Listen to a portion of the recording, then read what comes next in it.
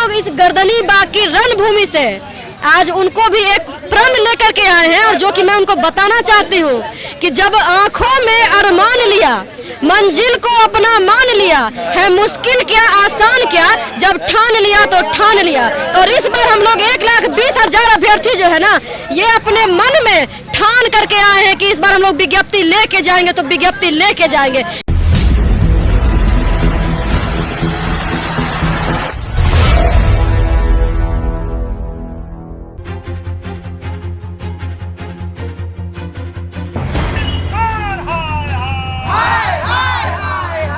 हमारा बिहार शिक्षा के मामले में तो एकदम गर्त में जा रहा है।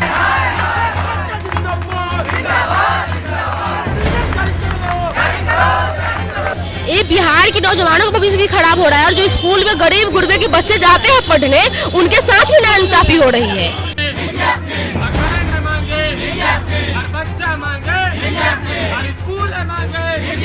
कि 26 जुलाई से आपका नोटिफिकेशन शुरू हो जाएगा, लेकिन उसके बाद जब सोचिए सर कि ये एक IAS अधिकारी का ट्वीट था और लेटर था, आखिर उनके तो बात का वैल्यू होना चाहिए।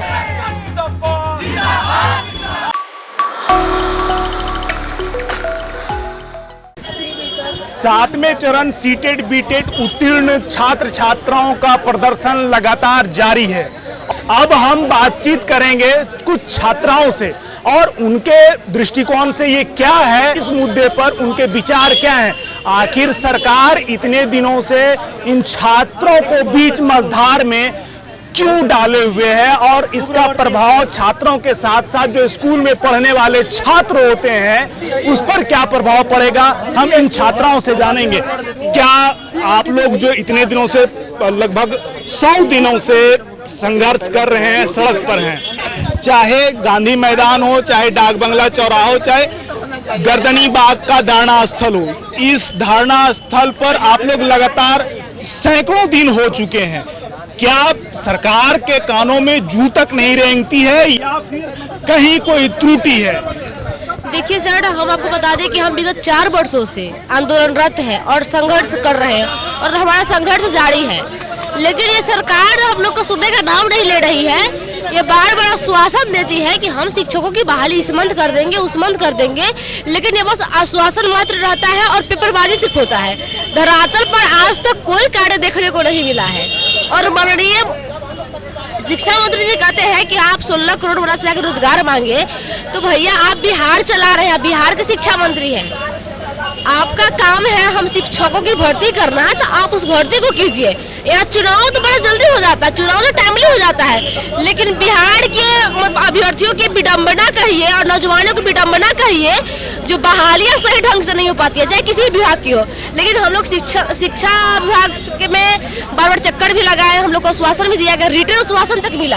एक IAS, देखिए नेताओं को बहुत भरोसा नहीं है, लेकिन एक IAS अधिकारी रिटर्न देते हैं कि आपकी विज्ञप्ति 26 जुलाई को हम निर्गत कर रहे हैं, तो उनके बातों में भी वजन नहीं है, तो आप सोच सकते हैं कि बिहार का भविष्य कहाँ जा सकता है।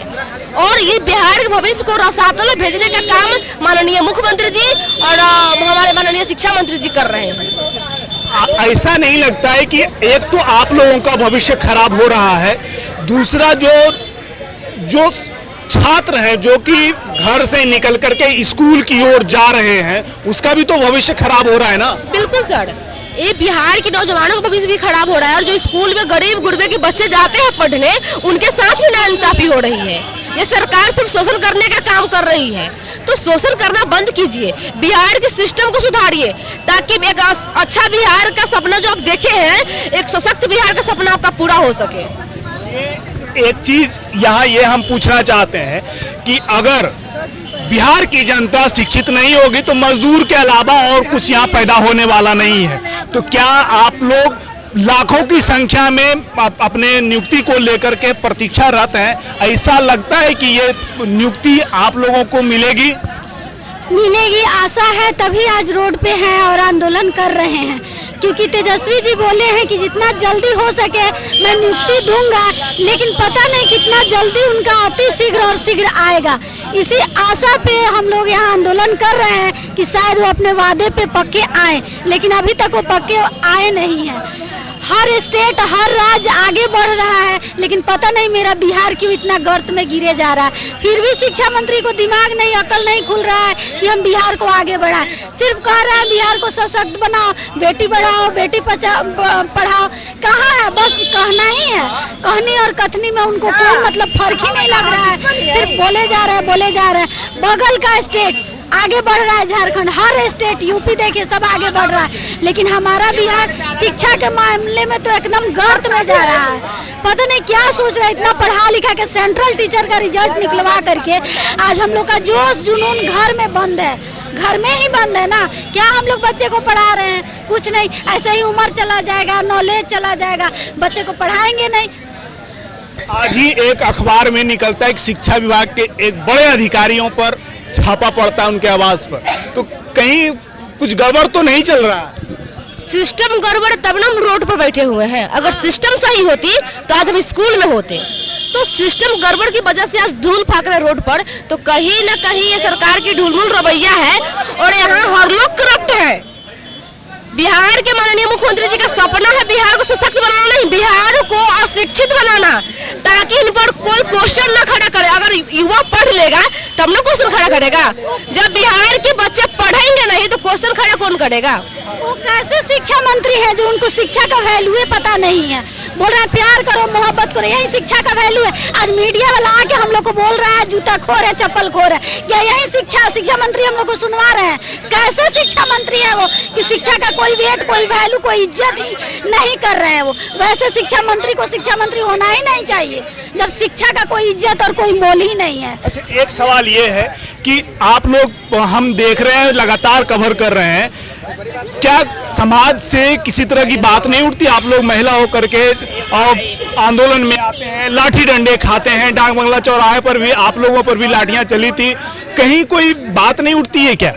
सर, समाज की तो बात आप छोड़ दीजिए। सबसे पहले तो हम लोग एक बेरोजगार हैं और जो रोजगार होता है ना वो हम युवाओं की जिंदगी में एक श्रृंगार है। उसके बिना आप समाज तो छोड़िए, घर वाले तक इज्जत नहीं करेंगे। तो आप बाहर वाले तो दूर का बात करिए, घर वाले आप क्वेश्चन मार्क करते हैं कि बाबू तुम लोग सच में क्वालिफाइड हो या फिर वहाँ चल क्या रहा है? अगर एक बार हम लोग उनको बोल के आए तब ना कि हम लोग प्रोटेस्ट के लिए जा रहे हैं। अब अगर हम लोग मार्च में आए थे, मार्च में उनको बोले कि अब हम लोग का अप्रैल में नोटिफिकेशन आ जाएगा। अप्रैल में जब आते हैं तो मई का डेट मिलता है, मई में आते हैं तो जुलाई का डेट मिला था, जो कि आईएएस अधिकारी के द्वारा कि 26 जुलाई से आपका नोटिफिकेशन शुरू हो जाएगा। लेकिन उसके बाद जब सोचिए सर कि ये एक आईएएस अधिकारी का ट्वीट था और लेटर था, आखिर उनके तो बात का वैल्यू होना चाहिए, वो तो नेता नहीं थे ना। अब हम अगर उनके पास जाते हैं ना तो वो ऐसे हाथ जोड़ते हैं कि बाबू हमसे आप 7वें चरण की बात नहीं कीजिए। क्योंकि मैं खुद गई थी दीपक सर से मिलने के लिए और रवि सर से मिलने गई हूँ। कहते बाबू आप हमसे बात नहीं कीजिए, हमारे से ऊपर गवर्नमेंट है। तो मैं आपसे ही पूछना चाहती हूँ कि सर आप एक आईएएस अधिकारी हैं, आपसे ऊपर गवर्नमेंट नहीं हो सकता है। अगर आप जैसे पढ़े लिखे लोग अगर हम लोगों की आवाज नहीं उठाएंगे तो हम किनके पास जाएं? तो आपके ऊपर भी सोचना चाहिए। और शिक्षा मंत्री जो है ना वो तो पता नहीं किस किस्म के शिक्षा मंत्री हैं। उनसे जब हम लोग मिलते हैं ना तो कहते क्या हैं कि आप 16 करोड़ वाले से मांगिए। क्या उनको ये भी नहीं पता है कि 7वें चरण का जो गवर्नमेंट को जॉब देना है ये राज्य सरकार को देना है? तो हम केंद्र सरकार से कैसे डिमांड करेंगे?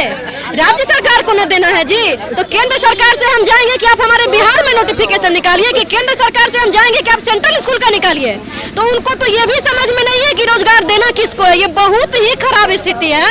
और आज हम लोग इस गर्दनी बाग की रणभूमि से आज उनको भी एक प्रण लेकर के आए हैं, और जो कि मैं उनको बताना चाहती हूँ कि जब आंखों में अरमान लिया, मंजिल को अपना मान लिया, है मुश्किल क्या आसान क्या, जब ठान लिया तो ठान लिया। और इस बार हम लोग 1,20,000 अभ्यर्थी जो है ना ये अपने मन में ठान करके आए हैं कि इस बार हम लोग विज्ञप्ति लेके जाएंगे तो विज्ञप्ति लेके जाएंगे। देखते हैं कि कैसे इस बार आपका लॉलीपॉप से हम लोग उठने वाले नहीं है। 4 सालों से प्रतीक्षा कर रहे अभ्यर्थियों का सब्र का बांध अब लगभग टूटने वाला है। एक जो वाक्य है कि जो ठान लिया सो उसको करके जाएंगे इस बार, ये सबसे बड़ी बात है। और इससे भी बड़ी बात ये है कि एक आईएएस ऑफिसर और यहाँ के मंत्रियों पर एक बड़ा सवाल खड़ा होता है कि कहाँ चूक रह गई है। अगर चूक हुई है तो उसको सुधारने में इतना लेट लतीफी क्यों की जा रही है? 4.5 साल से ये छात्र क्यों भटक रहे हैं? अगर मान लिया जाए कि अगर 2 साल पहले या फिर विज्ञप्ति निकलने के 1 साल बाद भी अगर इनकी नियुक्ति हो जाती तो इनकी आर्थिक उन्नति के साथ साथ सामाजिक उन्नति के साथ साथ इनका बिहार का भी उन्नति संभव था।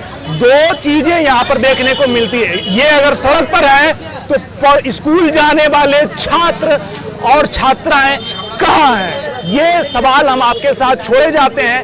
उस छात्र छात्राओं में आपके भी नौजवान बच्चे या फिर जो 5वीं से लेकर के 10वीं तक जाते हैं छात्र, वो कहाँ हैं? स्कूल में हैं या फिर कहीं दूसरे जगह?